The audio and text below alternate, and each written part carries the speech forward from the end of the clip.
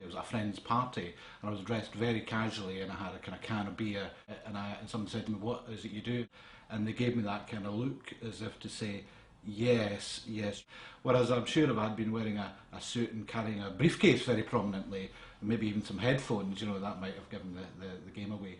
I'm Jeff Szynski, I'm 50, I'm the head of radio at BBC Scotland. Well, I think people make assumptions about the BBC, first of all. They imagine you to be perhaps middle class to upper class, to have public school education, and they're quite surprised when you reveal, actually, I'm just this oik from the East End of Glasgow, and that wee boy is still in my head. You're clearly donning this suit as some kind of cover for who you really are. If you're wearing a suit, if you're wearing a shirt and tie, they probably see you as an important authority figure.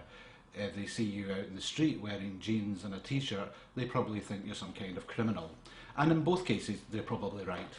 I didn't really like school an awful lot, so I escaped into kind of fantasy world and fiction, and I used to read these kind of Jennings books about an English public school. By the time I got to about 14, I started wearing a jacket and tie.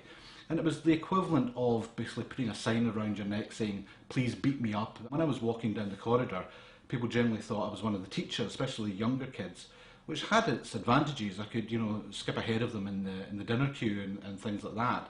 And the disadvantages were I still get beaten up. But I suppose that was the first time I kind of realised that what you wear changes people's perception of who you are. And I remember once I was just desperately trying to find a Wi-Fi connection, and I went into this one of the biggest, swankiest hotels in London.